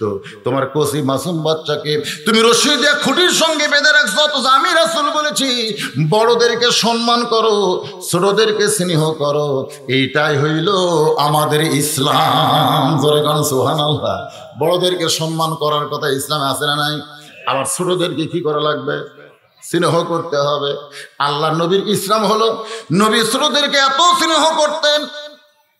নবী রাস্তা দিয়ে যাচ্ছিলেন, যাওয়ার সময় দেখে হোসাইন কাঁদতেছে মাটিতে গড়াগড়ি দিয়া, আর হাসান কান্দে দাঁড়ায়া। আল্লাহ রাসূল বলে, কেরে হাসান, তুই দাঁড়িয়ে দাঁড়িয়ে কাঁদতেছিস আর হোসাইন ধুলাই গড়াগড়ি দিয়ে কান্দে? হাসান বলতেছেন, রু ভাই, তোমার হোসাইন বড় বেয়াদব হয়ে গেছে। একজন ঘোড়ায় চড়ে যাওয়ার পর থেকে হোসাইন ঘোড়ায় চড়ার বায়না ধরে কান্দে। এখন বলো না না, আমি হাসান ঘোড়াটা পাবো কোন জায়গায়? আল্লাহ নবী বলতেছে, হাসান রে, তুই কি বলতে পারিস না বাড়ির মধ্যেই ঘোড়া আছে? বলে, আমি কেমনে বলবো, আমাদের বাড়ি তো আর ঘোড়া নাই। আল্লাহ নবী বলতেছেন, তাহলে যাই। এবার ওই ধুলাই পড়ে তাকে হোসাইনকে কোলের মধ্যে নিয়ে হাসানের হাতটা ধরে নবী বাড়িতে গেলেন। বাড়িতে যাওয়ার পরে দরজা বন্ধ করে দিলেন। হাসান বলে, না না, দরজা কেন বন্ধ করলেন? বলে, পাগলা ঘোড়া যদি দরজা খোলা পাইয়া বার হইয়া যায়। আসলে নবী দরজা বন্ধ করার কারণ হলো, এখন নবী নিজে ছোট বাচ্চা নাতিদের জন্য ঘোড়া হবে, এটা যেন রাস্তার কেউ দেখতে না পারে, এই জন্য দরজা বন্ধ করে দিয়ে হামাগুড়ি দিয়ে ঘোড়া হয়ে টকবক টকবক শব্দ করে নবী ডাকতে বলে, হোসেন রে, রাস্তায় যে ঘোড়া দেখলি ভাই, সেই ঘোড়ার চাইতে অনেক ভালো ঘোড়া, আয় আয় ঘোড়ার পিঠে চড়। এবার ছোট্ট হোসেন না বুঝে নানাকে ঘোড়া বুঝে ঘোড়ার পিঠে চড়ে এবার ঘোড়ার মাথার দিকে তাকায় বলে, ও হাসান ভাই, এমন একটা ঘোড়া পাইছি, দেখো এই ঘোড়ার মুখে কিন্তু লাগাম নাই। আল্লাহ রাসূল তাকায় দেখে হাসান ফোপায় ফোপায় কাঁদতেছে। রাসূল বলে, হাসান রে, তোর যদি পছন্দ হয় তাহলে ঘোড়ার পিঠে চড়, পছন্দ না হইলে ঘোড়ার পিঠে চড়িস না। এমন কথা আল্লাহ নবী বলেছেন, বাধ্য হয়ে হাসান ঘোড়ার পিঠে চড়ে। হোসাইন সামনে, হাসান পিছনে। এবার চিকন পাগড়ি বের করে নবী মুখের মধ্যে দিয়া 2টা মুড়া হোসেনের হাতে দেয়। হোসাইন পাগড়িটা লাগাম মনে করে এত জোরে মারছে টান, নবীর গালসির মধ্যে পাগড়ি ঢুকে গেছে। একটু দূরে ছিল ফাতেমা। এই দৃশ্য দেখার পরে আর সহ্য করতে পারে না, এক দৌড়ে এসে হাসানকে এত দূরে ধাক্কা মারছে, হোসেনকে মারছে চড়। 2টা সন্তান কাঁদতে কাঁদতে যখন চলে যায়, নবী আমার এতিমের মতন দাঁড়ায় কান্দে, এই দুনিয়াতে আমার কেউ নাই রে, এই দুনিয়াতে আমার কেউ নাই। আমি একটু নানা হইয়া আমার নাতিদের সঙ্গে খেলবো, এটা অন্যকের সহ্য হয় না। মা ফাতেমার সামনে দাঁড়িয়ে বলে, বাবা, এমন কথা কেন বলতেছেন? আমি যে আপনার মা, এইটাকে আপনি জানেন না? আপনি এই কথা যখনই বললেন আমার কেউ নাই, আমার কলিজা ফাইটা যায়। রাসূল কান্দারে, ফাতেমা, তুই তুই যদি আমার মা হইতিস তাহলে তুই কি আমার কলিজায় আঘাত করতে পারতিস মা। ফাতেমা বলে বাবা আমি কেমনে আপনার কলিজায় আঘাত করলাম? আল্লাহ নবী বললেন ফাতেমা তুই কি আমার ভিতরের কলিজা দেখছিস মা? ফাতেমা বলে কেমনে দেখবো? রাসূল বলে ফাতেমা আমার ভিতরের কলিজা যেমন হাসান হোসাইন আমার কাছে তেমন। রাসূল বলে তালহা আমি যদি আমার ছোট নাতিদেরকে কলিজার টুকরা হিসাবে গ্রহণ করি, তোমার মাসুম বাচ্চা এমন কি অপরাধ করলো যে অপরাধের কারণে রশি দিয়ে তুমি বেঁধে রাখলে? তালহা বলে রাসূলুল্লাহ অভিযোগ সর্বসা করলে তিনটা হয়েছে, একে একে আমার কাছ থেকে শুনতে হবে। 1 নম্বর অভিযোগ ওসমান করেছে আমি 3 দিন শুধু নয় তারও বেশি সময় ধরে আমি সালাম ফিরানোর সঙ্গে সঙ্গে বাড়ির দিকে দৌড় দেই। দৌড়ে এসে কারণ হলো আমার পরনে যে কাপড় দেখতেছেন গো নবী, এই একটি কাপড় ছাড়া আমার বাড়িতে আপনার সামনে দাঁড়ানো আল্লাহ নবীর সামনে দাঁড়ানোর মতন দ্বিতীয় কোনো কাপড় নাই। একটা কাপড় ছাড়া অন্য কোনো কাপড় নেই যে কাপড় পরে আল্লাহ নবীর সামনে দাঁড়ানো যায়। আছে কিছু কাপড় কিন্তু সেই কাপড় পরে বাইরে আসা যায় না।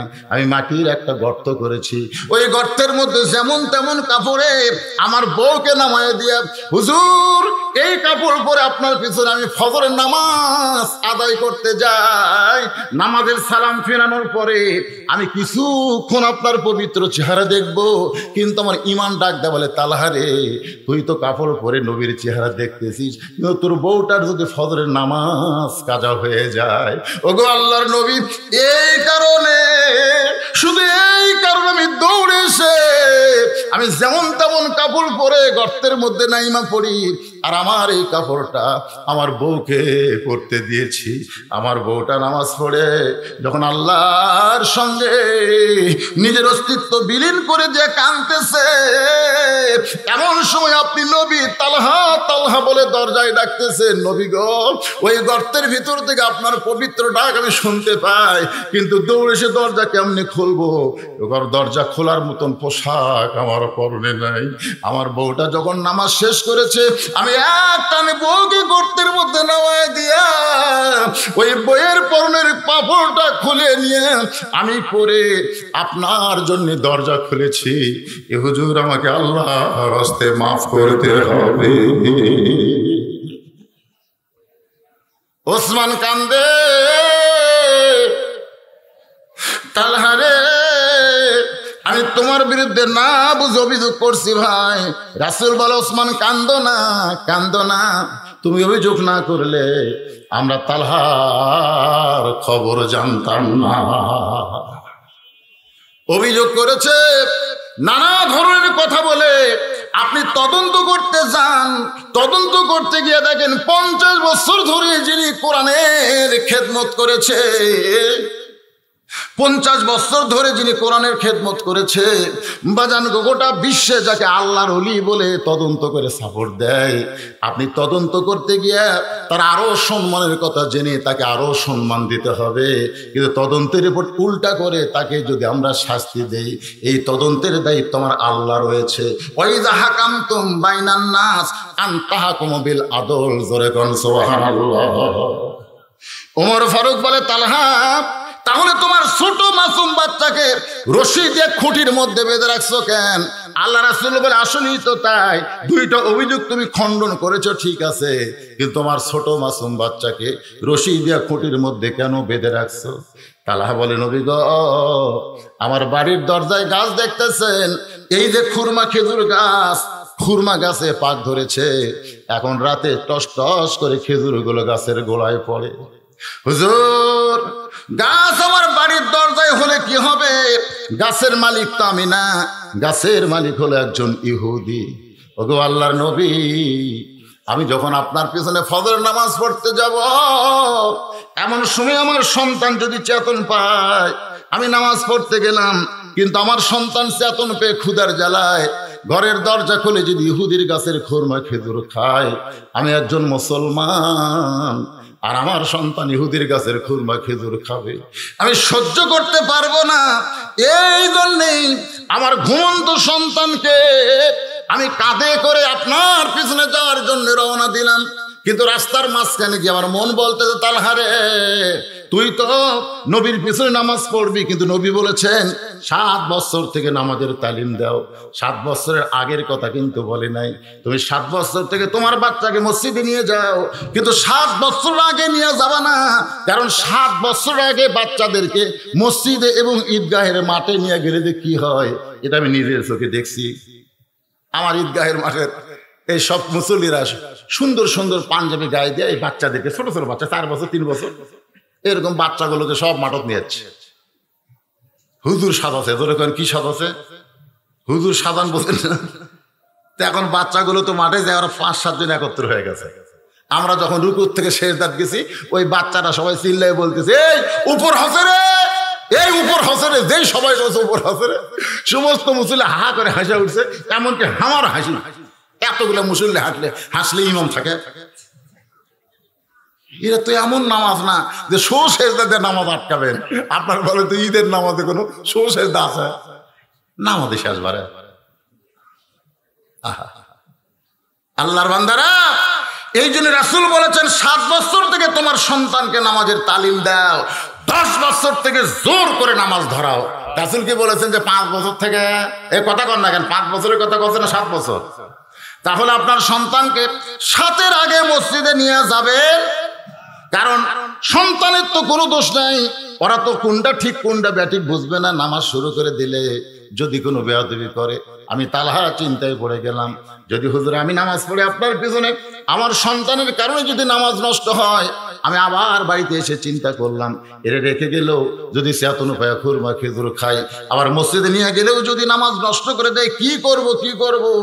এমন সময় আমার বিবেক বলতেছে, তোমার সন্তানকে ইহুদির গাছের খুরমা খেজুর থেকে যদি বাঁচাবার চাও, তাহলে রশি দিয়া বেঁধে না। ওগো আল্লাহর নবী, আমার আদরের সন্তানকে আমি এত ভালোবাসি। ওমর ফারুক বলতেছেন, তুমি ভালোবাসো তার কারণ? বলে ভালোবাসি কারণ ইহুদির গাছের খুরমা খেজুর খাবে। আমার সন্তানকে আমি জান্নাতের জন্য তৈরি করতেছি। সুবহানাল্লাহ কোন না? আমার সন্তানকে এখন পর্যন্ত আমি বাঁধন খুলতে পারি নাই, কারণ আপনি দরজায় তালহা তালহা বলে ডাকতেছেন। আমার বউ তখন নামাজের মধ্যে ছিল। আমার বউকে নামাজ থেকে গর্তে নামায় দিয়ে আমি কাপড় উপরে দরজা খুললাম। এখন পর্যন্ত আমার সন্তানের বাঁধন খুলতে পারি নাই। রাসূল বললেন, তালহা আমি তোমার বাড়ির ভিতরে একটু ঢুকতে চাই। নবী আমার নিজে এসে নিজের হাতে তালহার ছেলের বাঁধন খুলে দিয়ে বললেন, বাজান কান্দিস না, কান্দিস না। ইহুদির গাছের খুরমা খেজুর থেকে বাঁচার জন্যে তোর বাবা তোকে রশি দিয়ে বেঁধেছে। আমি রাসূল বলতেছি, রশি দিয়ে তোরে বাঁধে নাই, জাহান্নামের আগুন তোর জন্য হারাম হয়েছে। এখান থেকে আমাদের একটা শিক্ষা হলো, শত অভাবের ভিতরেও মুসলমান ইহুদি খ্রিস্টানদের কি খাবার খালিরা খালি খাবার। মান তাসাব্বা বিকওমিন ফাহুয়া মিনহুম। শুধু ইহুদি খ্রিস্টান না, এ আমাদের দাদা ভাই কো চলবে, কথা কোন চলবে? এত অভাবের ভিতরেও তালহা তার সন্তানকে ইহুদির গাছের খুরমা খেজুর খেতে দেয় নাই। আমাদের বাংলাদেশের মুসলমানের তালহার চাইতে অভাব বেশি না কম? কথা কয় না, কম না বেশি? এরপরে দেখবেন গ্রামীণ ব্যাংক, ঠ্যাঙ্গামারা, আশা, কেয়ার, কারিতাস, আপনারা খুঁজলে দেখবেন এগুলা সমস্ত এনজিওর মূলে কিন্তু হয় ইহুদি না হয় খ্রিস্টান। আপনারা খুঁজলে দেখছেন, খুঁজে দেখেন, হয় ইহুদি না হয় খ্রিস্টান। আমি এই ওয়াজ করার পরে একজন এনজিওর সাহেব এসে আমাকে বলতেছে, হুজুর ওয়াজ করে তো টাকা ভালোই কামাই করতেছেন, আপনারা কোন গরিব অসহায় মানুষদেরকে দিচ্ছেন? মানে আমার ওয়াজ মানে কি? এই ওয়াজ মানে গোটা পৃথিবী ছড়া পড়া, ধরে কোন কথা ঠিক না। তাই আমি বললাম, ভাই তোমরা কি কয়? আমরা এনজিও হুজুর, আমরা গরিবদের উপকার করি, অসহায় মানুষদেরকে আমরা সহায় করি। আপনি জানেন এনজিওর খবর? আমি তখন বললাম, ভাই আমি তোমাকে একটা গল্প শোনাই। গল্প আল্লাহর কি কাম, 203-এর একই সঙ্গে 2 ছেলে হয়েছে, মানে এর একটা হয়েছে আর একটা হয়েছে। কিছুদিন পরে এলাকার মধ্যে খবর চাউর হয়ে গেল যে সতীন তার নিজের সন্তান মাটিতে রাখে আর অপর সতীনের সন্তান কোলে নিয়ে আদর করে। এই খবর যখন এলাকার মধ্যে গেছে কেউ বিশ্বাস করে না, কয় না না, সতীন হলো সতীনের শত্রু, নিজের সন্তান মাটির থুয়ে আর সতীনের সন্তান কোলত নিয়ে আদর করে, এটা বিশ্বাস হয় না। এক মেয়ে বলতেছে এটা আমাকে জানতেই হবে। তো কোনো কর্মী বাড়িতে বেড়াতে গিয়ে দেখে সত্যি মাটিতে একটা ছেলে কাঁদতেছে, বলে এটা কার? কয় আমার কলিজার টুকরা। কোলের মধ্যে কার? কয় শত্রু। তো তোমার কলিজার টুকরা মাটিতে রাখছো, শত্রুরে কোলে রাখছো, কারণ কি? বলে আমরা গরিব মানুষ, আমরা গরিব মানুষ, সন্তানের কামাই আমাদের খাইতে হবে। আমার কলিজার টুকরা সন্তানকে মাটিতে রাখার কারণ হলো মাটির আর্থ কানেকশন পাচ্ছে, রোদের সি ভিটামিন পাচ্ছে, আর যত কানতেছে তত ব্যায়াম হচ্ছে। মাটিতে শুয়ে মাটির আর্থ কানেকশন, উপরে সি ভিটামিন, আর কানতেছে ও মা করে কানতেছে, মানে হাত পাও লড়তেছে, এগুলো সব মজবুত হচ্ছে। এখন হাঁটার সময়, এতে কানতেছে না, এর এখন হাঁটার সময়। এই হাঁটার সময় ওখানে মাটি ছেড়ে দিছি, ওই যান হাঁটতে পারে। দেখবেন যখন বাচ্চারা হাঁটে একদম হাঁটা ঠাস করে পড়ে যায়, ধরে আমার সন্তান বলল রে, এই করে যদি মা ধরে ওই লুলা হবে, পড়ুক পড়ুক, একটু ধৈর্য ধরেন, ওই ঠিকই উঠবি। কিছুক্ষণ পরে দেখেন ওই গোড়াতে গোড়াতে একটা খুঁটি পাক বা চেয়ার পাক, ওই ছেড়ে ধরে আবার ওঠে, ওঠে কে ওঠে ওটা, ওই যে পড়ে গেল আর কিন্তু খেয়াল নেই, আবার দুই পা ঠাস করে পড়ুক পড়ুক, পরে দেখবেন আবার চেয়ার ধরে 3 ধাপ হাঁটছে। তার মানে কি? সন্তানের হাঁটার বয়সে আমার সন্তানকে মাটিতে রাখছি, আমার সন্তান যেন হাঁটতে পারে, আমার সন্তান যেন শক্তিশালী হয়, আমার সন্তানের যেন সর্দি গর্মি না হয়। অনেক সময় পানিতে ভিজে কাজ করা লাগবে, রোদে পড়ে কাজ করতে হবে। আমার সন্তান ছোট্টবেলা থেকে যেন সহনীয় শিক্ষা পায়। আর সতীনের সন্তানকে কোলে নিছি, হাঁটার সময় কোনো সন্তানকে যদি কোলে নেয় সবসময় বাবু তো তো বাবু তো তো করে ঝুল খেলাই, বুঝবেন ওই লুলা হবে। মেয়েটা বলতেছে ওরে বাবা রে, আমি কইলাম ভাই রে, এনজিও মানে হলো মুসলমানকে ইমানে আমলে পঙ্গু করে দিবে, জোরে কোন কথা ঠিক না? ওরা সহায়তা করবে, ইমানে আমলে হাঁকড়ে পঙ্গু করার একটা পায়তারা করতেছে। তোর এতই টাকা দিবে, আমি গ্রামীণ ব্যাংকের এক অফিসার বলছিলাম টাকা দিবি পুরুষ মানুষ দিয়ে, মেয়ে মানুষ দেশ করে। আমার মা বোনের যারা পর্দায় আছেন একটু মনোযোগ দিয়ে শোনেন। ওই ছেলেটা বলতেছে রে নাস্তিকেরা, মুসলমানের নবী কোন দরজা দিয়ে আল্লাহর কাছে গেছে দেখবার চাও? বলে হ্যাঁ, তাহলে আসো। বলতেছে কাছে যাওয়া যাবে না, কারণ কাছে গেলে পিটন আছে। বলতেছে সব দাওয়াতে পিটন নাই, সব দাওয়াতে পিটন নাই। যদি আপনি মিষ্টি খান কোনো পিটন নাই, নবীর সুন্নাত। আবার যখন বদরের জিহাদের সুন্নত গ্রহণ করবেন অনেক সময় পিটন খাওয়া লাগবে, জোরে কোন কথা ঠিক কিনা? এমন ভাবে বলেছেন হিকমতের সাথে। এবার নাস্তিক ছেলেটার কাছে আইছে 2 জন, জোরে কোন কয়জন? বলে গণনা করো না। বলতেছে আমার কাছে আসো, যেই মাত্র কাছে আইছে নাস্তিককে কাছে নিয়ে বলতেছে আরো কাছে আসো। যখন নিকট আইছে ভিতরে ভয় যদি আবার চড় মারে। এবার পকেট থেকে একটা ডিম বের করছে। বাজানগো মনোযোগ দিয়ে শোনেন, ওই ডিমটা মুরগির তলে ছিল, আর 2 দিন পরে বাচ্চা হবে। এমন একটা ডিম ছেলেটা পকেট থেকে বের করে এবার নাস্তিকের কানে ধরছে, ধরে বলতেছে দেখো তো এই ডিমের মধ্যে কি আছে?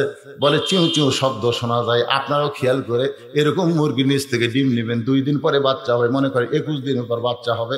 আপনি 18 দিন 19 দিনের মাথায় একটা ডিম নেবেন, যে ডিমটা তা ভালো পাইছে, কানের কাছে ধরবেন, ভিতরে বাচ্চার চিউ চিউ শব্দ শুনতে পাবেন। ছেলেটা আবার নাস্তিকের কানে ধরছে, বলো তো কি হয়েছে? বলে ডিমের মধ্যে বাচ্চা আছে। কয় মিথ্যা কথা। কয় আছে বাচ্চা, চিউ চিউ শব্দ শোনা যায়।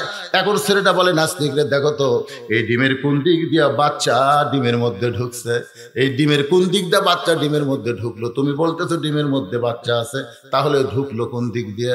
তুমি বলো ঢুকলো কোন দিক দিয়ে?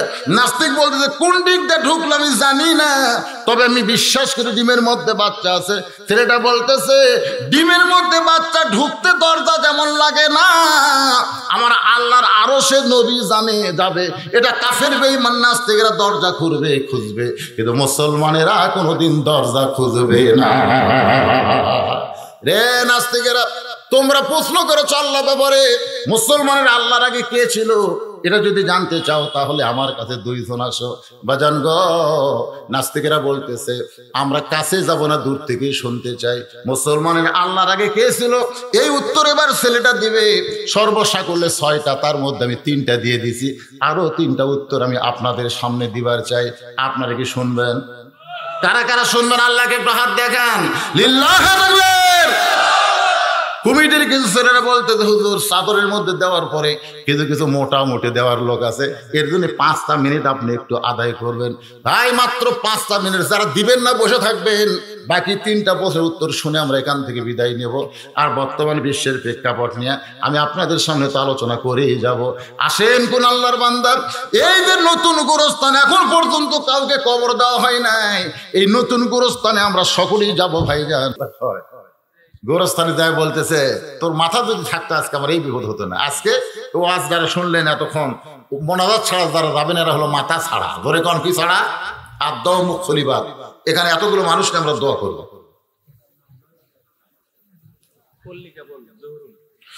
পল্লিকা বল জহুরুল ইসলাম 500 টাকা দান করেছে, আল্লাহ তার দানকে কবুল করেন।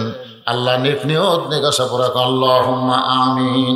একটু জিকির করেন লা ইলাহা ইল্লাল্লাহ, লা ইলাহা ইল্লাল্লাহ, লা ইলাহা ইল্লাল্লাহ মুহাম্মাদুর রাসূলুল্লাহ সাল্লাল্লাহু আলাইহি সাল্লাম। 2 জন নাস্তিক বলতেছে আল্লাহর আগে কে ছিল আমরা জানতে চাই সকলের পক্ষ থেকে। নোমান ইবনে সাবিত বললেন ঠিক আছে, তাহলে তোমরা 2 জন ওখানে দাঁড়াও। 2 নাস্তিক দাঁড়ানোর পরে বলতেছে তোমরা কি গণনা পারো? বলে হ্যাঁ পারি। তাহলে গণনা শুরু করো। একজন গুনতেছে 1 2 3 4 5 6। নোমান ইবনে সাবিত বলে হচ্ছে না, ভালো করে গণো। আর একজন বলতেছে 1 2 3 4 5 বলে হয় না, ভালো করে গণো। সমস্ত নাস্তিক বলে ছেলে তোমার কাছে গণনা শিখতে হবে, তুমি গণনা করতে বলতেছো, আমরা তো ঠিকই গণনা করতেছি, তুমি ভুল কোথায় দেখতেছো? নোমান ইবনে সাবিত বলেন এ নাস্তিকেরা, আমি যতবার গণনা করতে বলি 1 থেকে গণনা শুরু করো, কিন্তু 1-এর আগে কি ছিল এইটা কেন বলো না? সমস্ত নাস্তিক চিল্লাই বলে 1-এর আগে কিছুই নাই, 1-এর আগে কিছুই থাকতে পারে না। এবার নোমান ইবনে সাবিত বলে শোনো, 1-এর আগে যদি কিছুই না থাকে তাহলে আমার আল্লাহর আগে কিছুই ছিল না। লিল্লাহি তাকবীর। এটা আবার কোন সাইডের, কি সাইডের দাম? না 2600, আমি তো বহু আদায় করছি জীবনে। 2600 কেমন হলো? 2500 না 3000 এরকম একটা দানের সাইজ যায়। মঞ্জুর 2600 কোথায় কিরকম লাগতেছে? আর হট করে 3000 কি কন? কোনটা কম, 2600 না 3000? মাশাআল্লাহ, এটাই ভালো। মঞ্জুর আলম 3000 টাকা ধরে বলেন মারহাবা। যুবকদের মধ্যে বাজার যারা ব্যবসা করো তারা একটু দান করো। যুবক শালি 1000 টাকা দান করবে, আল্লাহ তার দান কবুল করেন। আল্লাহ নেক নিয়ত নেক আশা পুরা করেন। আল্লাহুম্মা আমিন। আর আছে কমিটি মাহফিল কমিটি কে? মাহফিল কমিটির সভাপতি, কেশিয়ার, সেক্রেটারি, সদস্য কোথায়? আচ্ছা সভাপতি নাই। এই সভাপতি সাহেব কি করে? ব্যবসা করে, চাকরি করে না কি করে?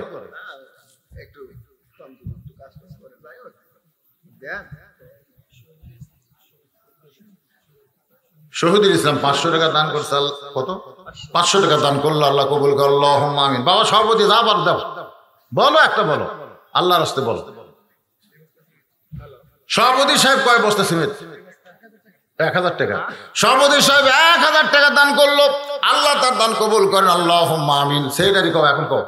কেশিয়ার কে? কেশিয়ার সভাপতি হয়ে গেছে।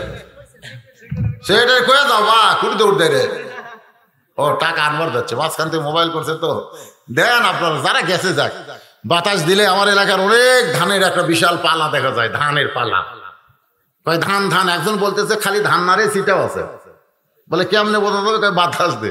পরে যখন বড় ফ্যান দিয়ে বাতাস দিচ্ছে, ধান পড়ে আছে, চিটা সব উড়ে গেছে। তো যখন আদায় শুরু হয় তখন চিটা মার্কা যারা এরা থাকতে পারে না, এরা উড়ে যায়। আর ধানগুলো সব ইমানদার যারা তারা এখনো বসে আছে, সরার ব্যাপার না কেন। আব্দুল মতিন 1000 টাকা দান করলো। আব্দুল মতিনের দানকে আল্লাহ আপনি কবুল করেন। আল্লাহ নেক নিয়ত নেক আশা করেন। আল্লাহুম্মা আমিন। এই বাজান যারা সদস্য সবাই 1000 করে লিখে দিও সবাই, ইনশাআল্লাহ আল্লাহ তোমাদের বরকত দিয়ে দিবে। আদায় করতে গিয়ে রাত 12টা মনে হয় পার হয়ে গেছে, 12টা পার, 12টা 9। ইমরুল হাসান 500 টাকা দান করছে। আল্লাহ ইমরুল হাসানের দানকে আল্লাহ আপনি কবুল করেন, আল্লাহ নেক নিয়ত নেক আশা পুরা করেন। তাহলে আল্লাহর ব্যাপারে কয়টা প্রশ্ন? 5টা। ধরে কোন কয়টা? উত্তর হয়েছে কয়টা? আল্লাহর যে 5টা প্রশ্ন ছিল তার মধ্যে উত্তর হয়েছে কয়টা? আপনারা খেয়াল করেন নাই? আল্লাহ কোন জায়গায় আছে সেই উত্তর হয়েছে, আল্লাহ এখন কি করতেছে সেই উত্তর হয়েছে, আল্লাহর আগে কে ছিল সেই উত্তর হয়েছে। এখন আল্লাহ দেখতে কেমন, আল্লাহ কোন দিক হয়ে বসে আছে। হাজার হাজার নাস্তিকের সামনে নোমান ইবনে সাবিত একটা বাতি জ্বলাইছে, মোমবাতি। ধরে কোন কি বাতি? মোমবাতি জ্বালায় বলে, রে নাস্তিকেরা তোমরা বলো তো আলো কোন দিকে? সমস্ত নাস্তিক বলে আলোর কোনো দিক নাই, আলো চারিদিক। নোমান ইবনে সাবিত আল্লাহর কোরআন থেকে বলতেছে, আল্লাহু নূরুস সামাওয়াতি ওয়াল আরদ, আল্লাহ হচ্ছে আসমান জমিনের আলো। এই এক আয়াতে 2টা প্রশ্ন সর্বসা করলে 5টা নবীর একটা উত্তর হয়ে গেল। জোরে কর সুবহানাল্লাহ। আসাদুল ইসলাম 500 টাকা দান করছে, আল্লাহ কবুল করেন। আবু সাইদ 500 টাকা দান করছে, আল্লাহ কবুল করেন। আল্লাহুম্মা আমিন। কি নাম? ফরিদুল ইসলাম 500 টাকা দান করছে, আল্লাহ কবুল করেন। আর বাপজানের খবর কি? এই কও বাবা কও, সেইটা সেব কও, আমি গাওয়া থাক দেখুন দিকে থাক না, ধরে আলয় লা ইকাল্লিফুল্লাহু নাফসান ইল্লা উসাহা। 1000 দিবে, 2000, 1000। আচ্ছা সবাই দিচ্ছে, ও দিচ্ছে 1000 টাকা, আল্লাহ কবুল করে। সকলে বলে আমিন। আস্তাগফিরুল্লাহ রাব্বি মিন কুল্লি জামবি ওয়া তুবু ইলাইহি লা হাওলা ওয়া লা কুওয়াতা ইল্লা বিল্লাহিল আলিয়্যিল আযীম। আপনি কিছু বলবেন? আল্লাহুম্মা আমিন। আল্লাহুম্মা আনতাস সালাম ওয়া মিনকাস সালাম তাবারাকতা ইয়া যাল জালালি ওয়াল ইকরাম। মাবুদ, তোমার যুবক বান্দারা গোরস্থানের জন্য জান্নাতের বাগান লাগাইছে।